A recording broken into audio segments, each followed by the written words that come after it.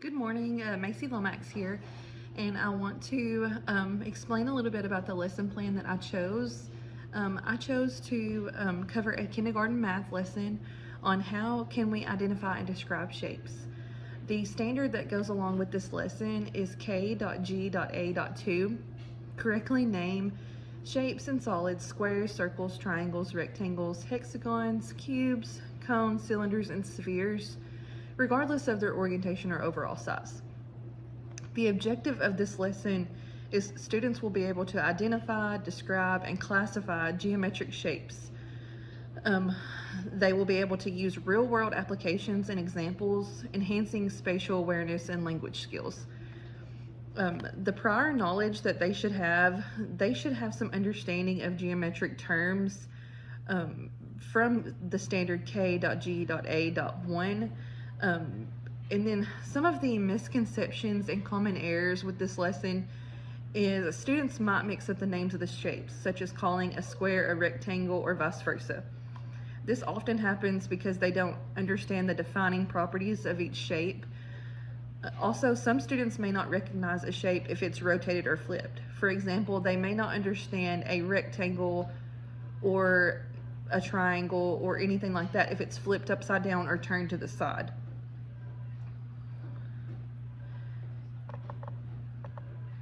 The materials needed for this lesson, needed by me, the teacher: shape flashcards, large chart paper for group activity, storybook featuring shapes. I would choose Mouse Shapes by Ellen Stoll Walsh, shape manipulatives such as blocks or foam pieces or cutouts, and then a shape theme song, and I would choose Shape Up by Jack Hartman. And also I would use my smart board for shape related videos such as Shapes by the Singing Walrus. And then I would also use Shapes coloring sheets, and then also the iReady Shapes lesson and class link on my interactive board. Some materials needed by the students would be their whiteboards, their dry erase markers, glue, scissors, and crayons. The lesson introduction: before the lesson, I would begin with a warm and welcoming circle time. In kindergarten, we do a lot of our teaching from the circle, from the carpet.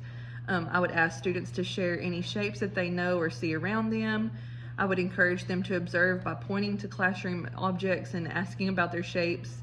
And then we would read the story featuring shapes such as Mouse Shapes by Ellen Stoll Walsh.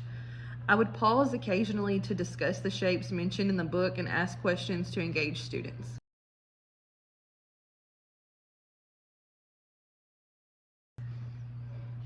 The lesson activities for during the lesson: I would use engaging flashcards and manipulatives to introduce each shape. Circle is round with no corners. An example of a circle would be the face of a clock.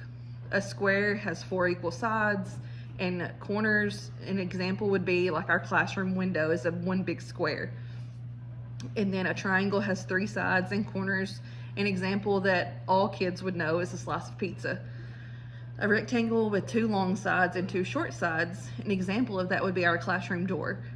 A lot of kids, once we start talking about shapes, they really start looking at all of the objects around them, stuff that we use every single day that are shapes, and they're like, oh, hey, that's such and such.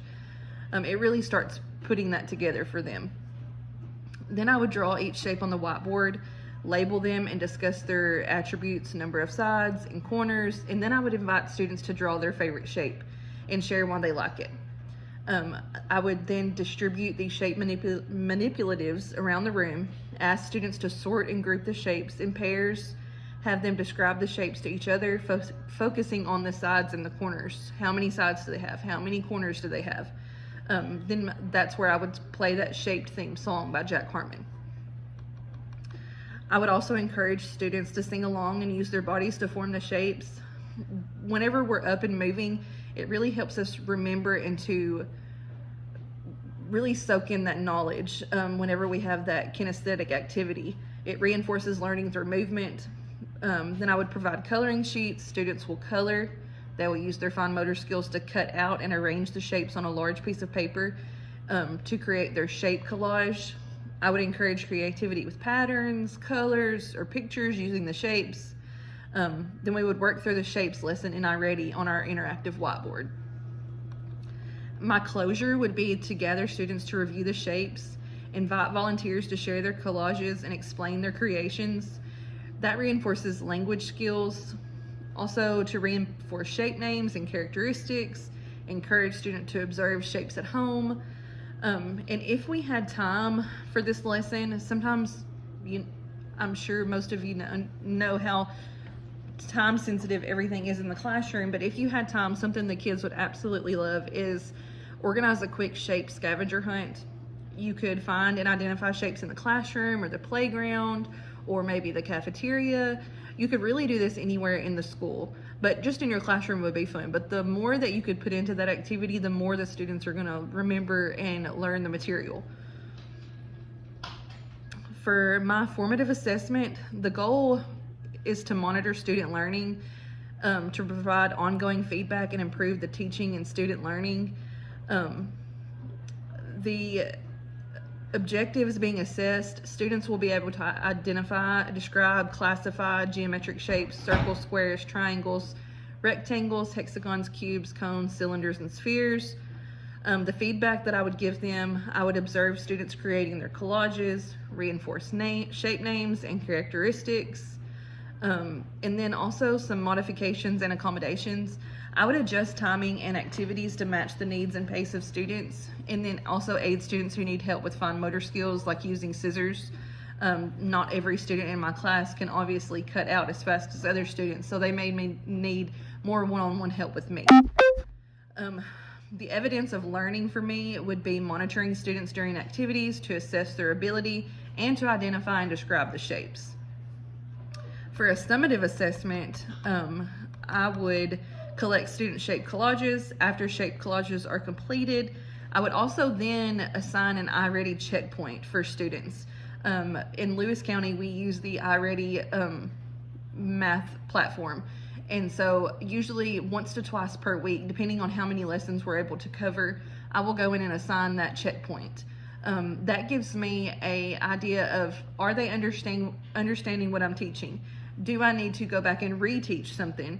If I see that the evidence of learning is less than typically around 80% for my entire room on a lesson, then I'm like, hey, they are not quite grasping what I'm teaching. So then I will go back and reteach. I do a lot of teach, check, and reteach if necessary. And after completion of the iReady checkpoint, I will print out the checkpoint assessment details